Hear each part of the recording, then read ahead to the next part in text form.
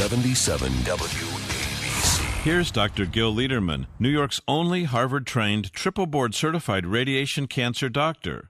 If chemosurgery or radiation isn't working or isn't tolerated, when cancer and its pain and symptoms aren't getting better, seek a fresh second opinion at Radiosurgery New York's Urgent Cancer Consultants for innovative, custom-tailored cancer treatment. See our experts within one business day because we know your time and your life are precious. Our goal is proper diagnosis and effective, non-invasive outpatient treatment. Decades of leadership, first in New York with brain radiosurgery, first in America with body radiosurgery for cancers of the brain, body, and prostate, all custom-tailored for you. Call 212-CHOICES, 212-CHOICES for a prompt appointment and free booklet DVD. Super convenient, 38th and Broadway, with most insurances, Medicare, Medicaid accepted. You're next at Radiosurgery New York. Just call 212-CHOICES, 212-CHOICES. 1991, my father, who you know I adored, we just lost him a year and a half ago.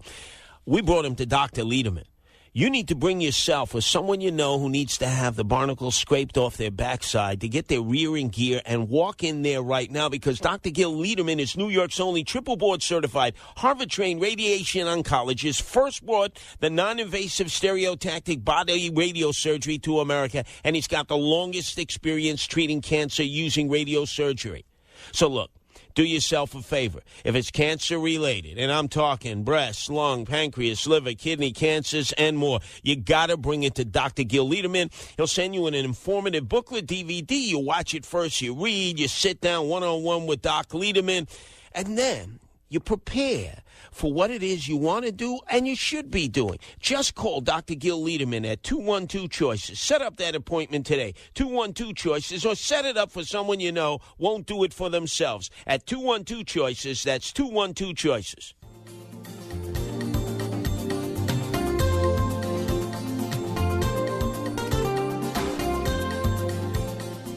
Welcome, everybody. It's the Radiosurgery Show with Dr. Gil Lederman, MD, New York's only Harvard-trained, triple-board certified radiation oncologist who brings you the latest cancer treatment news, interviewing world-renowned cancer experts, delving into special cases, and, of course, answering your questions.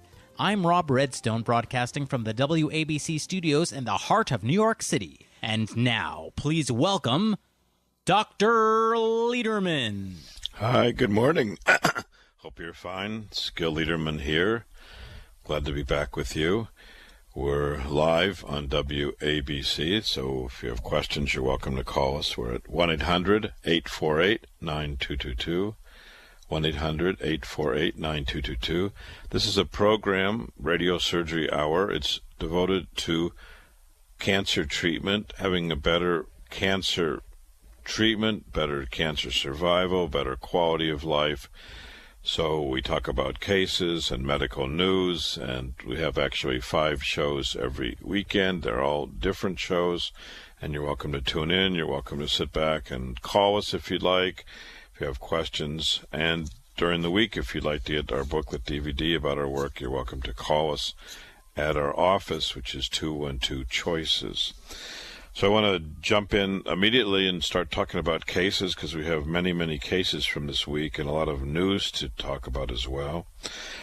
First, from the good news department, we had a man who came in with metastatic cancer. Often people say, I have metastatic stage 4, there's nothing to do. Well, here's a man who came with terrible pain. The cancer had traveled to the bone.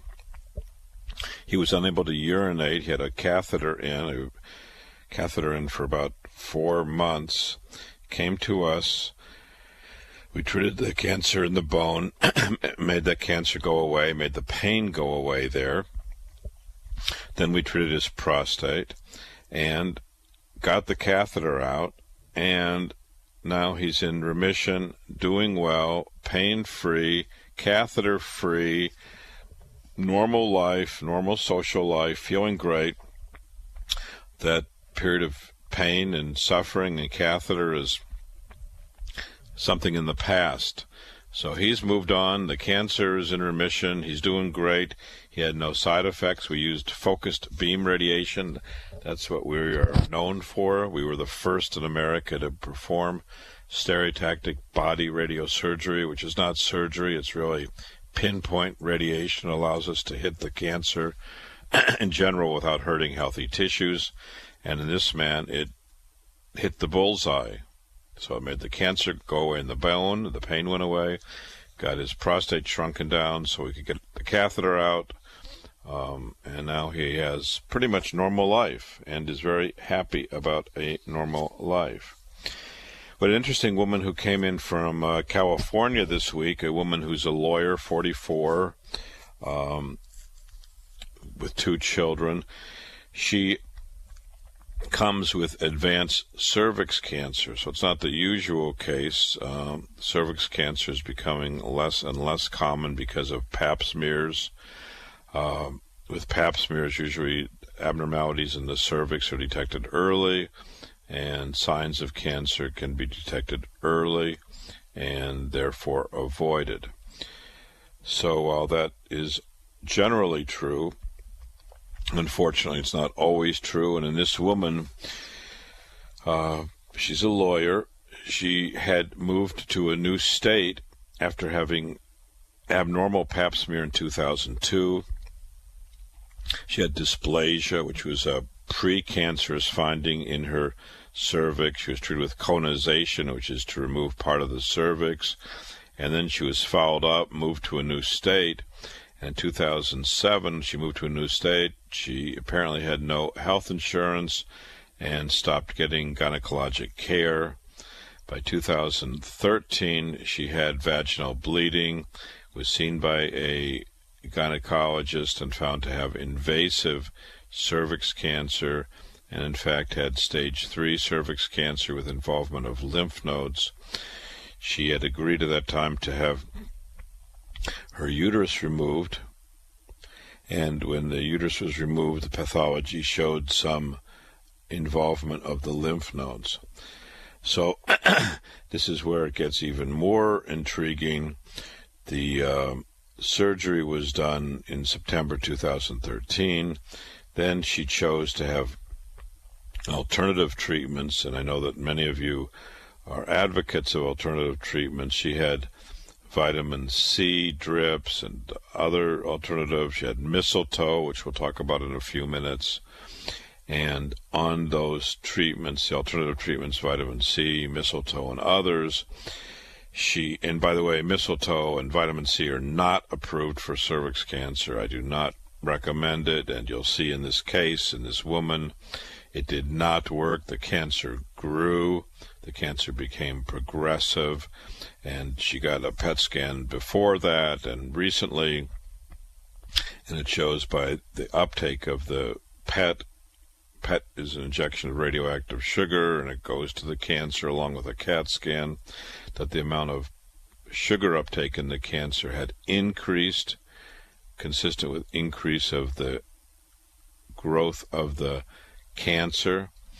So she came to us for radiosurgery, even though she had seen a doctor, a prominent oncologist, who said it's not possible to treat a 2-centimeter mass with radiosurgery. Well, that's what we do every day. And in fact, we've done about 20,000 cases, similar in different ways, but similar, with a success rate of about 90%. So it's intriguing to read this doctor's note. She brought this doctor's note to us, and he gives us the 50 reasons why radiosurgery shouldn't work, can't work, won't work. So curious to hear what our detractors have to say, when in fact we know we've treated 20,000 patients, we follow the patients, and most commonly we see that the cancer stops, shrinks, or goes away. So for us, for me, this is a woman with 2 lymph nodes in the pelvis from cervix cancer. She still has a chance to be cured, even though it's not with vitamin C and it's not with mistletoe. I think she has a chance to be cured with radiation, possibly be better with some chemotherapy to sensitize the cancer to the radiation. So we've talked about a variety of options with her, including focused radiation just to treat these 2 nodules of cancer. We've talked to her about using larger fields of radiation to try to sterilize all the cancer cells in the pelvis, because it seems like the cancer spread probably due to the surgery, the way the cancer spread in this case. One of the cancer nodules is right by her intestine. So we would like to give her a chance to cure this cancer. She's 44. She has 2 young children. She's a lawyer. I think that she's certainly leaning towards giving cure a chance, and I think that would be the best option for her to try to get off the mistletoe bent. By the way, what is mistletoe? Well, mistletoe, I'm sure you all heard about it at Christmas time. We look for mistletoe so we can kiss the pretty girl or the pretty man coming through the doorway. But mistletoe is a parasite that grows on trees, so it actually is not a plant itself. It's a plant that grows on other trees, apple trees, pine, birch, and it's been studied. It's been around for many, many years. A lot of plants have been used for hundreds or thousands of years, and there's some suggestion that it has anti-cancer effect because it seems like in a laboratory it works on some mice and rat cancer cells, but it also has been studied in human beings, and there's some randomized studies, and with randomized studies there is no benefit. So unfortunately, this woman took what could be potentially proven curing therapy, which would be radiation and some form of chemo, never tried it, went on vitamin C, mistletoe, the cancer grew. Luckily, she came to us before the cancer spread, and she's listening. She's smart. She's listening to reason if you only give her the time and understanding and the facts, which I think every patient deserves. And multiple studies have shown that if you spend time with patients, you're going to get better medical care. Of course, it's also up to the patient as well as the doctor. Sometimes patients call me and they want an answer in a minute. They say, "Doc, I have this. What would you do?" And I'd say, I'd come in, sit down, and spend some time together. We'll go over all the documents. We'll go over all the pathology. We'll go over all the scans. If you need other scans, we'll get them. But really, when you start cutting corners, sometimes people think if you cut corners, I used to think it was only the doctors that wanted to cut corners, but no, I think more commonly it's the patients that want to cut corners. Sometimes patients say, "My doctor didn't give me any time." Well, I would say just the opposite. I have a lot of patients who don't give me time with them. They call up and they want an answer. There's not one answer for everybody. Each person is different. Each case is different. And while there's similarities, the doctor and the patient have to be able to communicate, have to be able to trust each other. The doctor is not in charge of the patient. The patient is in charge of the patient. The patient is the president of the United States of their body, and the doctor is the advisor. So the doctor has to best understand the patient, and the patient has to trust the doctor's advice. And you can't have that in a 1-minute conversation on the phone. It doesn't work that way. And I know a lot of patients think that they're going to get all the details in a nutshell in 1 minute. No, a doctor has to understand the case. And for me, I usually will spend an hour, sometimes even 2 hours with the case. This woman who I told you about with cervix cancer, to understand her case and understand her thinking and allow her to understand my thinking, took several hours. And I try to provide that time to each patient so that patients have the ability to understand what they have. They have the documents. They can go home and look at the documents. They can see what they have, understand what they have, research what they have, and understand why I will make a recommendation that I do, or at least discuss all the options with the patient, and the patient choose what they want after hearing about all the options. So this is Dr. Lederman. We're talking about cancer treatment in America, cancer treatment in the world, because we have a lot of patients from all over the world. We're live at the WABC studio. If you have questions, you're welcome to call us.